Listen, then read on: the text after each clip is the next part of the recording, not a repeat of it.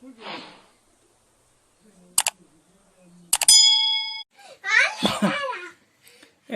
Question number 3 9th class.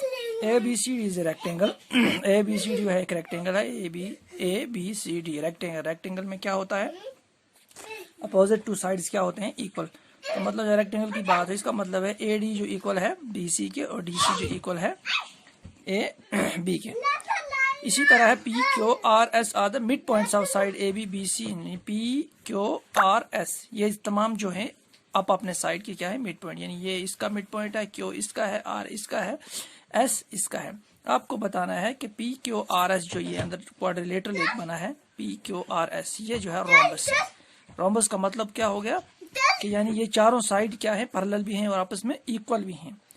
90 degree का अगर होता मात तो इसका मतलब स्क्वायर होता। चूंकि रोम्बस की बात कर रहा है तो यहाँ हमें कोई 90 डिग्री का प्रूव नहीं करना है, सिर्फ हमें चार साइड क्या करने हैं, इक्वल करने हैं। तो इसको करने के लिए हम कंस्ट्रक्शन करेंगे। कंस्ट्रक्शन का मतलब है अपने से कुछ कंस्ट्रक्शन करेंगे। इस फिगर में हम डायगोनल ड्रा करेंगे। ए को सी से ज्वाइन करेंगे, एक डायगोनल बनाएंगे, और डी को बी से ज्वाइन करके एक डायगोनल बनाएंगे, ताकि हम अपने क्वेश्चन को आगे ले जा सके। तो मैंने ज्वाइन कर लिया है BD और AC को डायगोनल बना दिया। अब हम पिछले हमने क्वेश्चन 2 इसी तरीके से किए थे, जिसमें हम मिड पॉइंट थ्योरम जो है इस्तेमाल करेंगे। मतलब ये कि ट्रायंगल लेंगे, अगर उसके दो साइड में कुछ मिड पॉइंट्स हैं और वो ज्वाइन है तो थर्ड के वो पैरेलल भी होगा और इक्वल भी होगा। ये हमने ऑलरेडी बहुत सारे क्वेश्चन में पीछे किया है।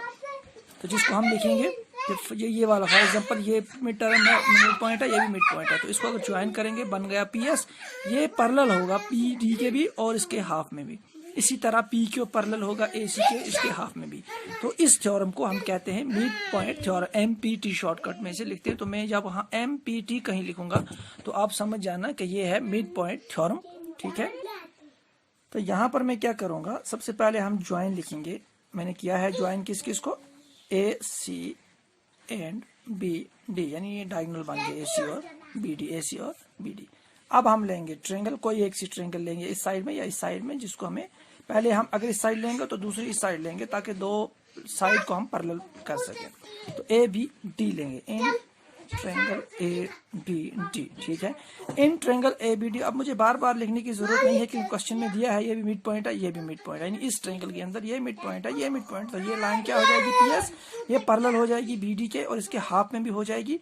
तो हमें लिखने की जरूरत नहीं है क्योंकि P और S मिड पॉइंट है, ये इसके क्या है क्या नहीं है। तो हम शॉर्टकट में लिखेंगे MPT मिड पॉइंट थ्योरम। तो मैं इसमें लिख लूंगा। तो मैंने लिख लिया PS parallel BD, PS parallel BD और PS is equal to half of BD। क्यों, बाय मिड पॉइंट थ्योरम, ठीक है। मैंने शॉर्टकट में लिख लिया, ठीक है। इसको मैं देता हूं इक्वेशन नंबर फर्स्ट नाम। अब चलते हैं हम इस ट्रायंगल में BCD या DCB या BCD। तो इसमें भी बिल्कुल वैसे ही RQ जो है ये पैरेलल हो जाएगा BD और हाफ ऑफ BD, वो भी मैं लिख लेता हूं यहाँ पर। अब मैंने यहाँ लिखा ट्रायंगल BCD, तो RQ इसमें पैरेलल हो जाएगा BD और RQ पैरेलल हाफ हो जाएगा, हाफ ऑफ BD। तो अगर आप गौर से देखिए फर्स्ट और सेकंड में जो राइट साइड है, राइट साइड, ठीक है, राइट साइड चाहे पैरेलल में देखे इज इक्वल टू के राइट साइड में, तो दो चीज जो है वो आपस में क्या है, सेम है। तो अगर राइट साइड इक्वल है तो लेफ्ट साइड क्या होगा, आपस में इक्वल भी हो सकता है और पैरेलल भी हो सकता है। तो मैं यहाँ लिखूंगा from first and second, from first and second, यानी इन दोनों को मद्देनजर रख के हमने क्या पाया कि PS जो है, देखिए यहाँ BD है, यहाँ BD, दोनों को कट करेंगे तो क्या बच गया, PS parallel RQ, PS parallel RQ and यहाँ पर PS जो है इक्वल टू 1/2 BD है और यहाँ RQ भी हाफ है। तो हाफ BD जो है ये कैंसिल हो जाएगा, या इसको हम कंसिडर नहीं करेंगे। तो यहाँ लिखिए हम RQ। अब अगर आप देखें तो PS पैरेलल RQ है, PS जो है पैरेलल भी है और इक्वल भी है। तो अगर कोई साइड, दो साइड आपस में अगर इक्वल भी हैं तो पैरेलल भी हैं, तो उसे हम कह सकते हैं कि ये जो है पैरेललोग्राम है, क्योंकि हमें दो ही साइड अगर उसके पैरेलल भी आए और इक्वल भी आ गए तो हम उसे कहेंगे ये पैरेललोग्राम है, ठीक है। तो हम अब लिखेंगे, तो PQ equal to R parallel RQ and PS is equal to RQ, यानी PS पैरेलल भी है और PS इक्वल भी है। तो उससे कहेंगे कि अगर दो साइड इक्वल है तो we can say from above इनको, यानी इस कंक्लूजन से हम कह सकते हैं PQRS is a parallelogram. Parallelogram, P Q R S जो है पैरेललोग्राम है। अब चूंकि हमें बताना है रोम्बस है, रोम्बस का मतलब ये दो साइड तो हमने इक्वल कर दिए, पैरेलल भी हो गए इक्वल भी हो, अब ये दो साइड भी हमें क्या करने हैं, इक्वल करने हैं। ठीक है, इस पैरेलल तो होंगे ही लेकिन इक्वल करने हैं, क्योंकि ये दो साइड इक्वल का मतलब ये नहीं कि ये और ये साइड करने, मतलब इसके ये साइड जितने ये और ये इक्वल है तो ये इसके इक्वल भी आना चाहिए, इसके इन चारों साइड इक्वल करने हैं।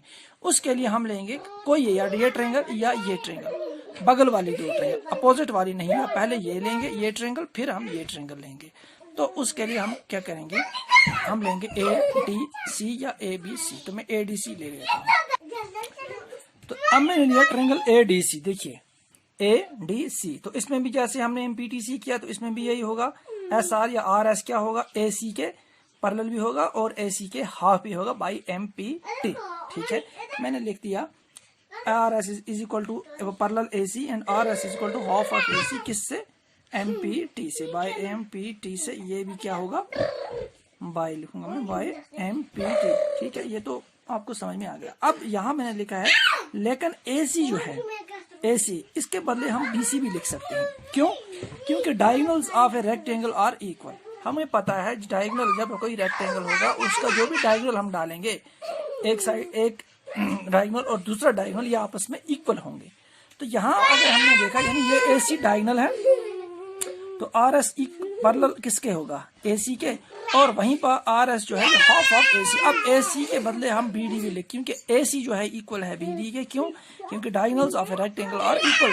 तो अब हम लिख सकते हैं यहाँ पर कि इसको तो हम कंसीडर नहीं करेंगे क्योंकि पैरेलल तो हो नहीं सकता, RS पैरेलल BD के तो हो नहीं, लेकिन RS जो है वो हाफ ऑफ BD या AC के बदले BD लिखेंगे क्योंकि AC BD के इक्वल है, इस वजह से।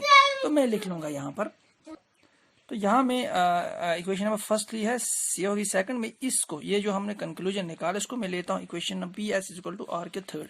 तो इसके बाद में यहाँ पे लिखा मैंने R S dear four, R S is equal to 1/2 BD, इसको मैंने लिखना है इक्वेशन नंबर 4। ठीक है, अब फ्रॉम इक्वेशन फोर्थ और थर्ड, सॉरी सेकंड और फोर्थ, देखिए सेकंड में क्या है, R Q is equal to है हाफ ऑफ BD। ठीक है, ये ध्यान रखना, आर क्यू है हाफ ऑफ BD, और फोर्थ में क्या है, आर एस इक्वल है हाफ ऑफ BD, यानी राइट साइड दोनों का क्या है, इक्वल है। तो मैं लिख लेता हूं from second and fourth, second और फोर्थ से मुझे क्या मिलेगा, क्योंकि राइट साइड दोनों के इक्वल है तो लेफ्ट भी क्या होंगे, इक्वल।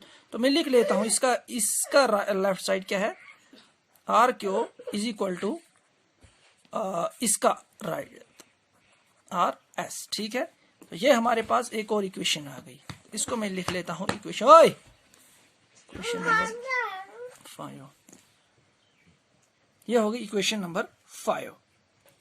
अब आप इक्वेशन नंबर किस किस को लीजिए, इक्वेशन नंबर थर्ड और इक्वेशन नंबर 5,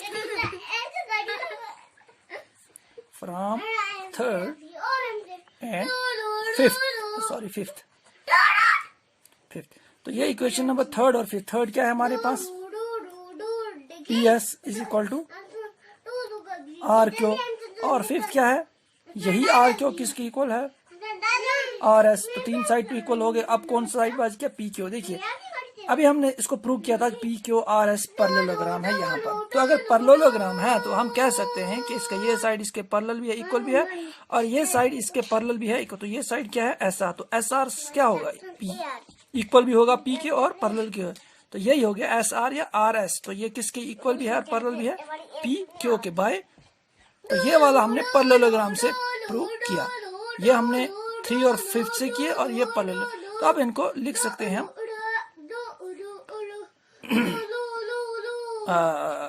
सीक्वेंस में, पहले लिखेंगे पी क्यू, फिर क्यू आर या आर क्यू, ये फिर आर एस या एस आर, फिर लिखेंगे हम एस पी या पी एस। तो चूंकि चारों साइड इसके इक्वल हो गए, अब हम कह सकते हैं therefore P Q R S. यहाँ मैं इसको लिखता हूँ देयरफॉर, इस हम कंक्लूजन से देयरफॉर हम कह सकते हैं P Q R S is a rhombus. ठीक है।